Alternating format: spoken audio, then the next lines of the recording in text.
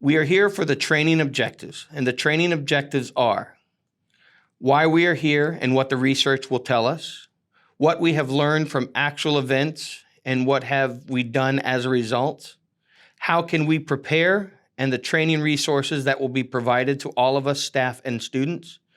The responses are run, hide, and fight, and post-event considerations. After every training drill, we will have a debriefing and see what we've learned.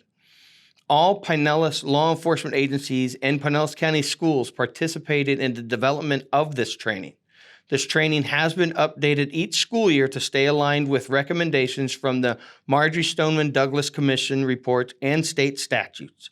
Pinellas County Schools believe there are 4 key elements that schools and school districts should focus on to provide a safe learning environment. We refer to these elements as the 4 pillars of school security. The first pillar being a secure facility through the implementation of physical security features such as fences, doors, locks, daily practices by students and the staff that promote a safe but welcoming environment, such as keeping doors locked and everything secure in your daily activities. Planning and preparation by staff and students to be ready to respond to emergencies as needed. And as we go throughout every year, the planning and preparation will be implemented by all staff members. A positive school climate that makes school a place where all are welcome and those in need can receive appropriate support. These 4 pillars will help create layers of school security. We want you to know that we have staff, facility, features, and processes that are specifically developed for each layer of our overall school safety and security plan. We will discuss a few of them today, but we want to focus mostly on the classroom level and what you can do to protect your students and yourself. A positive school climate pillar is one of the key contributors of keeping the outside layer of the school security strong. Our partnership with Sandy Hook Promise is a tool that promotes or helps promote a positive school climate. The Say Something program helps establish trust in doing the right thing and provides a valuable tool to report concerns to a live counselor 24 hours, 7 days a week via phone call or the app. It's important that if you do hear or feel that there is a threat that is imminent to the school, that you do take the time to say something to someone. Save Promise Club is a district-supported student organization with a staff sponsor that tries to engage students and spread the values of creating a positive school climate. The club also meets a state statute to have a student crime prevention club. There are also valuable in organizing and promoting campaigns like the annual Start with Hello Week. And that's a program that you can look up online, Start with Hello Week. Let's review the other layers of protection at your school. Outer perimeter, staff gates when open or close, and lock gates, meaning when you enter a facility, if you see a gate that is open, take the time to report it to somebody, make sure that those gates are locked. Inner perimeter, the secure doors and gates between buildings. Classroom. It is the district policy that the classroom doors shall be closed and locked during instructional time, and that is imperative. A locked door can save lives. This does not mean using magnets, erasers, door stops, or any other item to bypass and keep the door from being closed or locked. Identify the safest area within your classroom, the deep corners. By now, every classroom in the district should have their deep corners identified. Organize classroom so that there is no heavy furniture in your deep corner.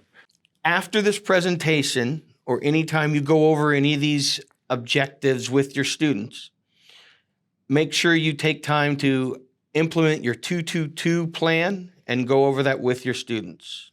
Let's review some terminology.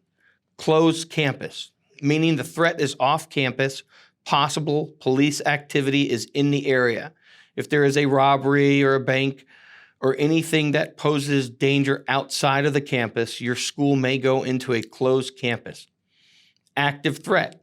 Someone or something is currently posing a threat of harm or death to people on campus. And the term active threat does not necessarily mean a shooter. It is somebody posing harm. Some may use the term lockdown due to the stress of an active threat incident. The two are interchangeable. And our responses to these option-based. Depending on what you know, you may decide to use the run, hide, or fight response to the threat. Responses are not a sequence. They are based on your current situation. I've always said before, if you know where the threat is, run in the opposite direction. Always take the time to try to determine your safest option. Even though there is no accurate way to predict who will be the next attacker or when that might happen, we do want all of our staff to know the signs of someone that might be up to no good. Some of those common behaviors are changing their parking too close to the main office, repeated comments or muddled communications about harm or causing harm to oneself or others, a general feeling of nervousness if you observe that in somebody, constantly touching body parts of their own person where they may be having a weapon stored or hidden, clothes that do not look appropriate for the weather. If it's 100 degrees outside and you have somebody who shows up in a hoodie or a big leather jacket to conceal anything, that might be a warning sign. Favoring one side of their body, meaning if they have something secured in that area, they try to protect it.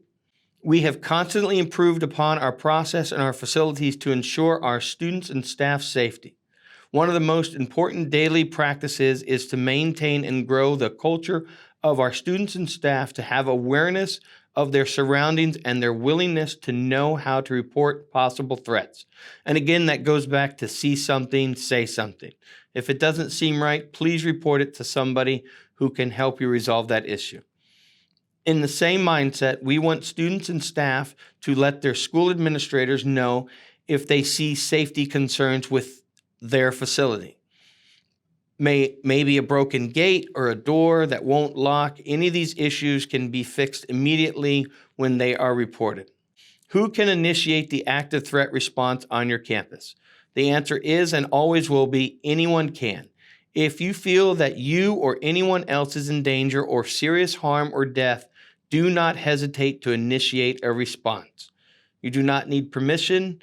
If you genuinely feel that there is a serious threat for harm or death, do not hesitate to initiate the response. How can you initiate the active threat response? Each school and every employee has access to the active threat button that is hardwired in the main office, the Safer Watch app that is free to download for any PCS staff member. You can access the school's PA system using any Cisco phone in the school. And of course, calling 911 is always an option. Safer Watch is a free app that is available to all PSC employees and is available by the FLDOE and in accordance to or with Alyssa's Law. We rolled this out last year and we wanted to make sure we reviewed it with staff that heard about it last year and any new staff that are coming on board. The system is always live and school staff should never test the system.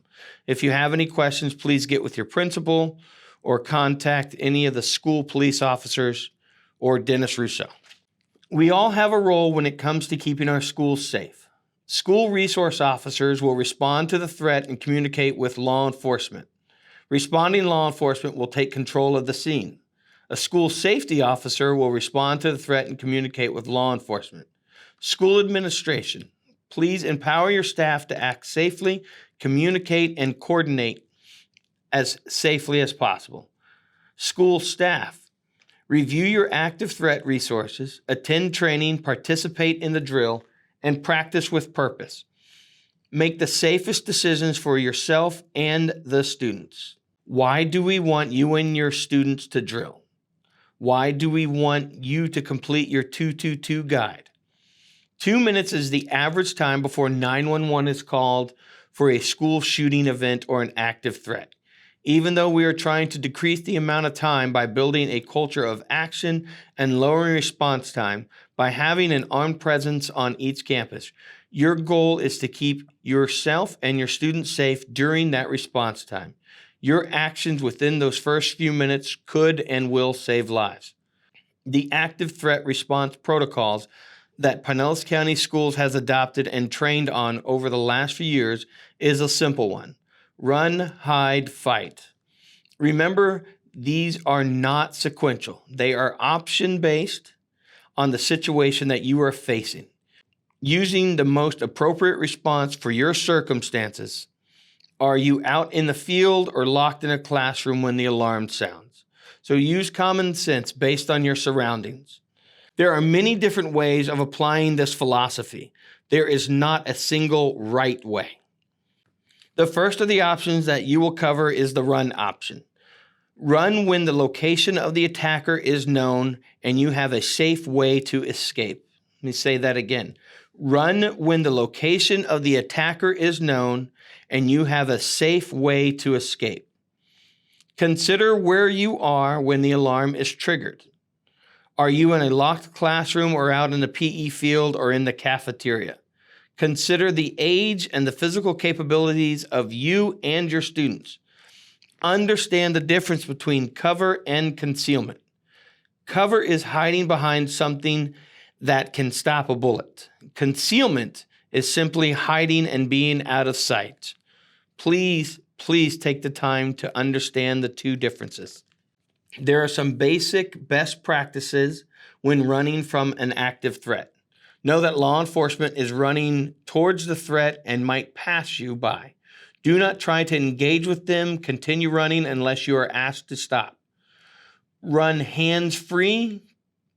Do not use cars to escape. Know the safe places or rally points near your school. Tell others about the threat as you pass, and do not wait for them. Make every effort to alert them of the danger, but continue to run away from the danger. Students should know the evacuation routes. Identify alternative hide locations when necessary. An active shooter 911 call will result in many law enforcement agencies responding. Many varieties of uniforms will be worn, from a tactical uniform to plain clothes and everything in between. The first law enforcement will respond only to address the threat. Emphasize not to try and stop to the responding officers, but offer details of what you've witnessed as you evacuate. The second option I'm discussing is the hide option. If you do not know the location of the threat, the most likely option is to stay locked down. Your door should be locked, lights should be off, and get you and your students into the safest place in the classroom to be concealed. And the example, of course, is the deep corners. Remember, if you don't know where the attacker is, try to remain calm, try to remain quiet. Be aware of different points of entry or different points of view. You may have different deep corner options depending on the design of the space. The diagram indicates the view into the rooms from the open door or window. Red triangles and parts of the white are fields of view. Green triangles is designator for deep corner or safe space. Remember the difference between cover and concealment. When no other option exists, fight. Fight for your life. It may depend on it. When confronted with the assailant, you are empowered to do whatever you have to do to keep your students and yourself safe. Throw objects, scream, yell, distract in any way. Use anything as a weapon. Now, what else can you do to prepare? Get more training. Familiarize yourself with basic first aid. Stop the bleeding training. Consider what options are in place for your younger children. Consider what options may apply for any special needs children. Take advantage of drills like they are real events. Don't just walk through them because you have to.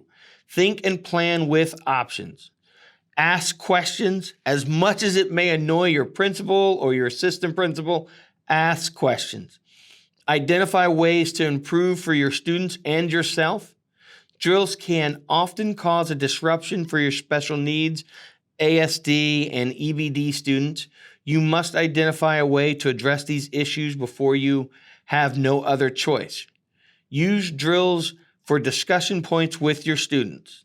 The next step to complete this training area as follows. If you are going to be a full-time staff member at the school or office building, please complete the 222 form that is included in the online course once you arrive at your worksite. Everyone taking this course needs to complete the online quiz found in this course. After passing the quiz, you will receive notification that you have completed the course and your course survey. If there are any further questions regarding active threat response or school safety in general, please do not hesitate to ask your school SRO, your SSO, any questions that you may have. Thank you and have a great school year, and be safe.